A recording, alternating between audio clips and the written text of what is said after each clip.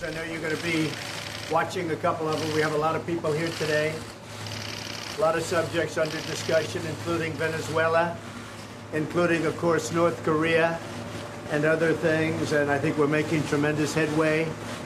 We'll be spending quite a bit of time here. And then we, during the weekend, as you know, toward the end, we go into Manhattan, where I have a lot of meetings scheduled in Manhattan. Any questions? Mr. President, the North Koreans said yesterday that your statement on Tuesday was nonsense. That's the word that they used. Do you have any response to that? Well, I don't think they mean that, and I think they, it's the first time they've heard it like they heard it. And frankly, the people that were questioning that statement, was it too tough? Maybe it wasn't tough enough. They've been doing this to our country for a long time, for many years. And it's about time that somebody stuck up for the people of this country and for the people of other countries. So, if anything, maybe that statement wasn't tough enough. And we're backed by 100% by our military. We're backed by everybody. And we're backed by many other leaders. And I noticed that many senators and others today came out very much in favor of what I said. But if anything, that statement may not be tough enough. What would be tougher than fire and fury? Well, you'll see. You'll see. Mr. President, is one of the options being considered a preemptive strike or strike? We don't talk about that. I never do. I'm not like the other administration that would say we're going into Mosul in 4 months. I don't talk about it. We'll see what happens.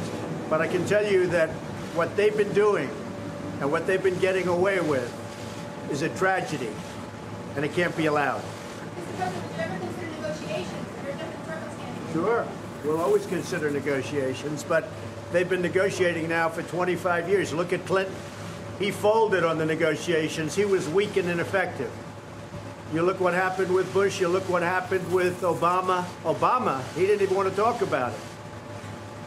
But I talk. It's about time. Somebody has to do it. Somebody has to do it. You talked about your relationship with Senator McConnell. I just want him to get repeal and replace done.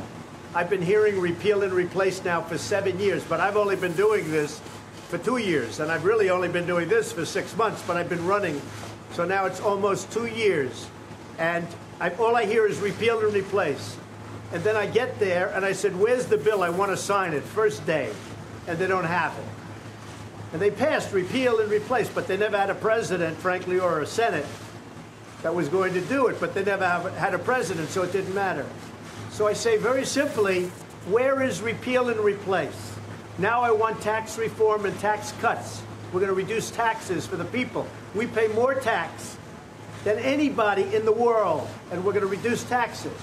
So I say tax cuts, tax reform, and I want a very big infrastructure bill where we're working on that very hard already, and we can do that. And we may even get bipartisan on infrastructure, but we want to have it. But I said, Mitch, get to work and let's get it done. They should have had this last one done. They lost by 1 vote. For a thing like that to happen is a disgrace.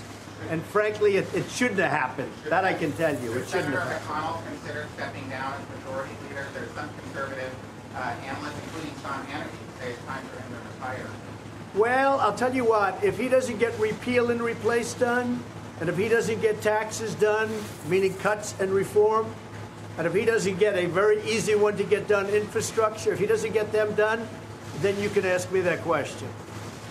So what is that? A yes You or a can no? ask me the question. That means ask me that question.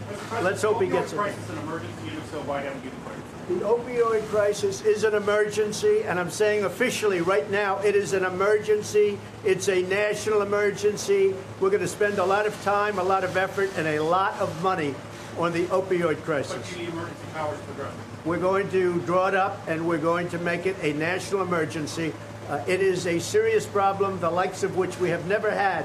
You know, when I was growing up, they had the LSD, and they had certain generations of drugs. There's never been anything like what's happened to this country over the last 4 or 5 years. And I have to say this, in all fairness, this is a worldwide problem, not just a United States problem. This is happening worldwide. But this is a national emergency, and we are drawing documents now to so attest. Mr. President, there's some mixed messages coming out of your administration on North Korea. Secretary Tillerson seemed to advocate for diplomacy. Secretary Mattis seemed to advocate for more. There are no mixed messages. There are no mixed messages. I heard, I mean, to be honest, General Mattis may have taken it a step beyond what I said.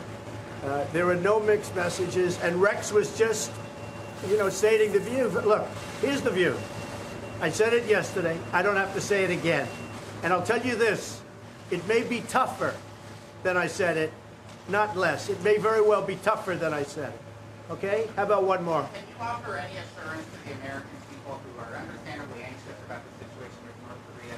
They see images of these missiles coming up in the air, the threats of bombs, they see your statement about fire and fury. Should they be comfortable that you have this under The people of this country should be very comfortable. And I will tell you this, if North Korea does anything in terms of even thinking about attack of anybody that we love or we represent or our allies or us, they can be very, very nervous. I'll tell you what, and they should be very nervous because things will happen to them like they never thought possible, okay? He's been pushing the world around for a long time, and I have great respect for what China and what Russia did, and those 15, we got a 15-0 vote. I have great respect for China and Russia, what they did on sanctions. I believe that will have an effect. I don't think it will have the kind of effect, even though we were the ones that got it. And Nikki Haley did a great job. We all did a great job. But I have great respect for what they did. I have great respect for the 15-0, but probably it will not be as effective as a lot of people think it can be, unfortunately. Can China do more? I think China can do a lot more, yes. China can, and I think China will do a lot more. Look, we have trade with China. We lose hundreds of billions of dollars a year on trade with China. They know how I feel. It's not going to continue like that. But if China helps us, I feel a lot differently toward trade. A lot differently toward trade.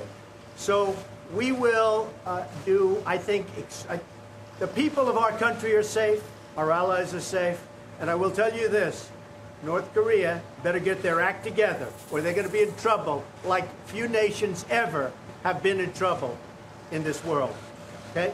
Thank you very much. We're going down to the other side and we're going to take a few more questions. Okay? Thank you. Thank you. Thank you. All right, President Trump not using this as a moment to roll back any of his earlier statements, instead doubling down on what he said earlier about fire and fury when it comes to North Korea. He said maybe that statement wasn't enough. He repeated that multiple times.